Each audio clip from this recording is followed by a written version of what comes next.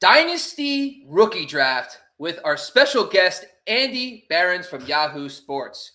Before you draft any rookies this offseason, make sure you check out this mock draft review right now on the Razzball Fantasy YouTube channel.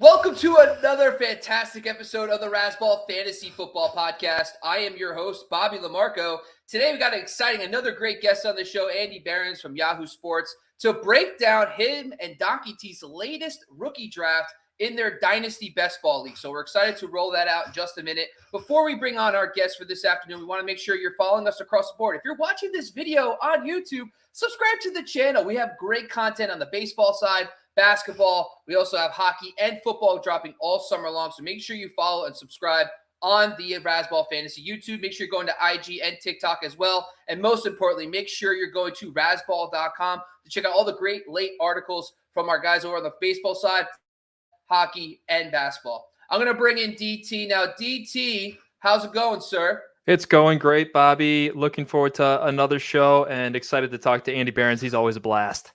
So, DT, give us the rundown. Now, this is a Razzball started league, right? Correct? We have a bunch of experts in the industry in this league. So give us the breakdown of this rookie draft and the format and what people need to know. Yeah, I roped a bunch of people like Andy Behrens into this league somehow, and it's a fun league, a really strong group of players. This is year 2, so last year was the initial startup draft, and this is our first rookie draft that we just got through. Pretty deep rosters. It is Best Ball Dynasty, half-point PPR, and there's 12 teams in this league, and there's 3 wide receivers that the computer selects to start your optimal lineup, 2 running backs, 1 flex, 1 tight end, and 1 quarterback. And I believe it's 28 roster spots. And then we expand in the offseason. We have a 5-round rookie draft each offseason, and then you have to cut your roster back down right before the start of the season. So those are the cliff notes. This was the rookie draft, and I'm excited to talk about some of Andy's picks and some of my own.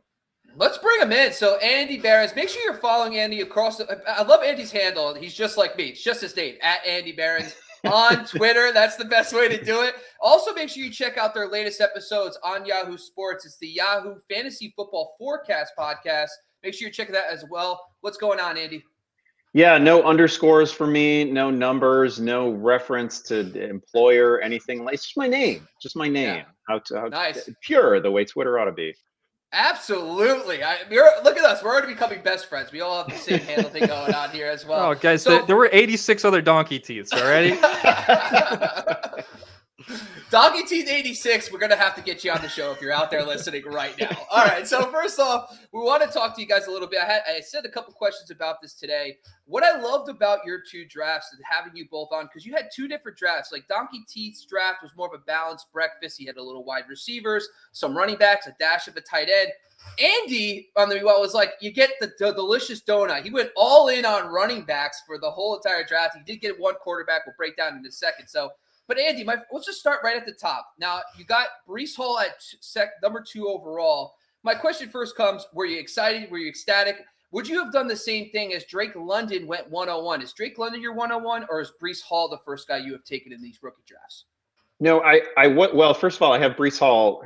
I have Breece Hall as the 101 generally. I do think he's the same tier of player as Drake London, and I can imagine a scenario where I had a greater need at wide receiver where I would have led off with London or hoped that London would fall to me at 2. That is not my predicament in this league. Probably the best running back that I retain is Cam Akers, obviously, who we drafted last year before Akers suffered the injury in like July, right? So that was the foundational back on my fantasy roster, and I feel like he's pretty shaky entering this year because he was basically, understandably terrible, inefficient in the postseason, right? Like it wasn't pretty, and I don't know that it's going to be pretty this year. So with that as my RB1, yeah, I wanted Breece Hall. I think he's the best. I think he's the best back in this draft class, for better or worse. It's funny draft class too, because like no pick gets me super fired up. I would say that the guy at the top of the quarterback board, at the top of the running back board, receiver, tight end, none of them match what we had in 2021 for me. That's probably wrong. Somebody's going to be a superstar coming out of this draft. I feel like Breece Hall has a shot at that. I definitely think he's getting a significant workload. So yeah, he was at the top of my board for this draft specifically. Okay. Now, DT, when we slipped to you in that you were actually number 6 overall, you went Chris Olavey. Now, my first question is Chris Olavey, obviously first round pick, has the pedigree. A little bit interesting spot with him at the Saints. You did draft him over guys like Sky Moore, who has Patrick Mahomes, and also a guy like Jameson Williams, who was drafted higher in the draft this year. So what was your thoughts behind the Chris Olavey pick at 6? Yeah, I think Olavey is getting a little bit overlooked in this class. It is a strong wide receiver class, and nothing against those other guys, but I've got Olavey in my top tier of wide receivers. I don't think there's going to end up being a ton of separation between Drake London, Olavey, Garrett Wilson, and then Bobby, I've been talking to you about George Pickens the past few days, and he's moving up my board very quickly. I've actually got him in my top tier. That's probably a surprise to some people, but it was the best pick available. My roster build is not that much better at running back than Andy is talking about his, maybe slightly stronger, but I really could have used a running back with that pick myself. The nice thing about this, though, most best ball leagues and best ball dynasty leagues don't allow draft pick trading. Maybe best ball dynasty is kind of a different animal. There's not a ton of people playing this format. I love it. It's a lot of fun, but we allow trading and we allow draft pick trading. So hopefully Andy and I can improve our running back situations through a trade here, because I'm pretty loaded at wide receiver. That's a perfect segue into my next question for Andy, because 4 of your first 5 round picks, all rookies, of course, we're running backs. And one of the guys that caught my eye was Tyler Algier. You took him about a whole round ahead of his consensus dynasty ranking, which you could find at razzball.com. Selfless plug, of course. But I noticed on one of your latest podcasts for one of the 8 most interesting teams for fantasy football, you did talk about the Atlanta Falcons. So is that kind of the research you did on the Falcons kind of what piqued your interest about Tyler Algier? Yeah, I mean, maybe I'm an outlier here. I just think that consensus dynasty ranking on Algier is wrong. I think it's like flagrantly wrong. Good player. Again, I'm not trying to say that I think Algier is just like this rare and special talent by the standards of position in the NFL. He is the one guy, maybe along with Breece Hall, he might even be better situated than Breece Hall to fall into a huge workload. He literally just has to beat out a 30-year-old converted kick returner to get running back snaps, right? Like that is the situation that he fell into. He was hugely productive at BYU. Again, there's you can put an asterisk on that if you want to, but he was great, over 1,800 yards. He can catch the ball. He lived in the end zone. There's nothing here as a prospect to not like. Didn't really crush the workout metrics necessarily. I don't know that I'm that panicky about that when I see an opportunity like this. So I was actually, and I'll be honest with you, I don't spend a lot of time looking at things like I should have for this draft, but consensus ranks for dynasty, consensus ADP, anything like that. Even though I was prepared to take him well ahead of ADP, I was sweating the pick. I was afraid that he wouldn't fall to me early in round 2. I think he's just in a situation where, a good camp, good preseason, and all of a sudden he's getting 250 touches. Yeah, absolutely. So DT, now slipping over to your round 2 pick, you also took a running back, and I'm going to give you a chance to admit this because on the most recent episode on Yahoo, they talked about some of the 7 fantasy football losers of the offseason, and one of the guys was Antonio Gibson. So I wanted to see how much did it influence your pick of Brian Robinson Jr. in the 2nd round? Well, yeah, I mean, I was watching the Yahoo show, and that was the only reason that I picked him. No, I know for a fact that no Razzball employee is allowed to watch Yahoo content. Right? Yeah, we get locked in the Gray's basement if we watch that. No, actually, I like Antonio Gibson a lot. Again, running back is a very big concern for my team here, so I needed one. I do like Brian Robinson. I think. Over the past couple seasons, Antonio Gibson has shown over and over again, as much as we'd like him to be a bell cow, I just don't think his body can handle it. So it seems like they're going to need a kitty, and I think that Brian Robinson will be a nice compliment. Now, there's always a chance that it becomes the Antonio Gibson show. I mean, we've seen them trend that way at times, but that's my lean, is that it ends up being a committee, and we've got Robinson maybe in more of the short yardage situations, and he could turn into more. I mean, we've seen Antonio Gibson get banged up before, and Sometimes these guys in the committee turn into league winners down the stretch when it happens at that time. Can I, if I can just piggyback on that for a second, like I think what Antonio Gibson did last year was borderline heroic, like within the context of fantasy football. That guy only missed one game, and that game was due to COVID. He played through a stress reaction in his leg, and you can't tell me that he couldn't make that worse, because like, I don't know, I've known people with that injury. I've not had that injury myself, but it's fairly, yes, you can make it worse. He put himself at risk to continue playing through that thing. He was one of 4 guys who had 300 touches last year. Like, I know fantasy managers weren't totally happy with him, but like when you got a dude who plays through a broken leg, that tells me something. Like, I'm super impressed by Antonio Gibson. And I thought it was really unfortunate that Robinson landed there. And then I thought it was further unfortunate that Rivera is talking about them like, D'Angelo and Jonathan Stewart. That stinks. Because I think Gibson can be more than that, but I think we also have to believe the coach when he says that. Robinson's a good player, and yeah, I mean, I think Gibson was a clear loser. I feel terrible about it for him because, again, I thought what he did last year was incredible.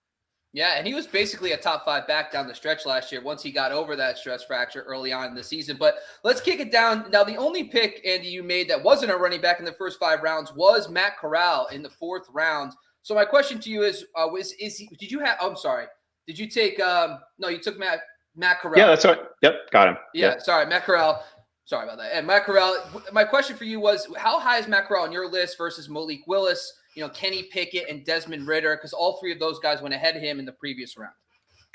I will say, first of all, this is not a position of need for me. I've got Burrow on this team, and I've got Russell Wilson on this team, and they are, it's not a super flex, but one of those guys is going to put up a big number pretty much every week. So this is just a flyer.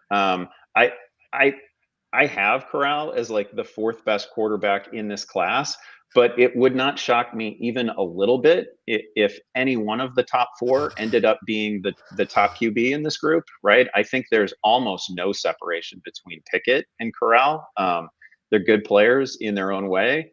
You can't even tell me that like Corral's situation in Carolina is worse than being in Pittsburgh right now. Like, I don't know that it is. I don't know if you throw Corral into an offense with some spread principles, and he's got DJ Moore on the field, and he's got McCaffrey on the field, and he's got Anderson. Let's go. Yeah, that's fine.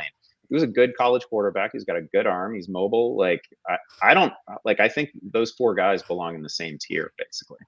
Okay. Now, DT, you're one of your last picks, the 5th round, was Jerome Ford, who a lot of people might not know, but he landed with the Browns. Do you see Jerome Ford as maybe the heir apparent to a Nick Chubb, or do you see him maybe as a long-term handcuff? What was the thoughts behind that pick? I'd be surprised if he ever, ousted Nick Chubb from his role, barring, Nick Chubb severe injury, which, I guess that's possible. But yeah, I think he's more of the Kareem Hunt heir apparent, and he comes into that role in 2023. So that's the reason I drafted him. Again, this is team need thing. Andy and I, we need running backs, we need warm bodies, and just spray and pray kind of thing. But I do like Jerome Ford. Yeah. So Andy, now outside of just your picks, and feel free to use your own if you want, was there any values that screamed at you at any point in the draft? You're like, okay, that was a great pick at any point? I knew I wasn't going to get David Bell because, again, receiver was not a burning need for me, and where I was picking, 2nd overall, he just wasn't going to fall to me. I think he's so good, and this is influenced a little bit by the fact that as a collegiate player, in 3 games against Iowa, my alma mater, like the 3 games that I was watching most closely, that kid had over 500 receiving yards. He had multiple touchdowns in multiple games, maybe in every game. Utterly unstoppable. And Iowa sends defensive backs to the NFL every year. It's not like he was playing some trash defense. Nobody could cover him. Absolutely uncoverable player at the college level, at least at the Big Ten level. And I think he landed in a great spot in Cleveland, right? Like Jarvis Landry gone, David Bell can step into a lot of those targets.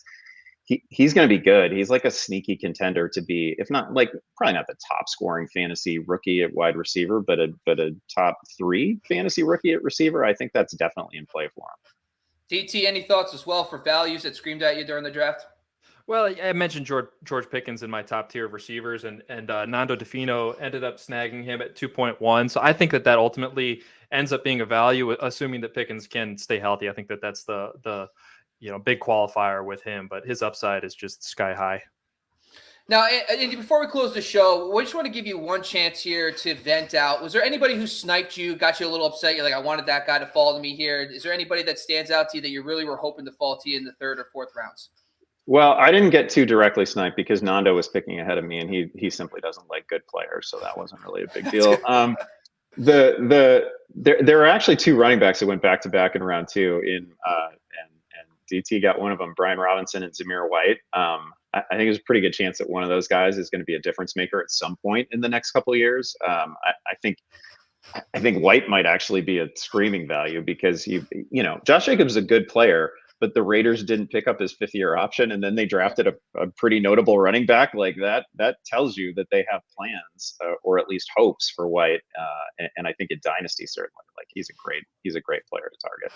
That's awesome. Well, thank you for being on the show today. That's all we got for today's show. Before we go, Andy, we want to make sure, is there any upcoming shows you want to promote, any upcoming articles at Yahoo you want to just kind of tell the people about? Well, we're all still experiencing probably the best baseball story that I've ever seen in my lifetime. This fantasy football saga involving Jock Peterson and Mike Trout and Tommy Pham and all this. And I wrote about it today, and it was delightful. It was a wonderful experience writing about it. So people should check that out. Also, just check out the fantasy forecast. We're still cranking out episodes every week. Well, appreciate it. Appreciate you having it on. Once again, this is the Razzball Fantasy Football Podcast. Make sure you're subscribed to the Razzball Fantasy YouTube channel. Make sure you go on IG and TikTok as well. And make sure you're going to check out all the great stuff that Andy Behrens and the Yahoo team are doing over there as well. Once again, I'm your host, Bobby Lamarco. That man over there is Donkey Teeth. And the man at the bottom is Andy. We're out of here.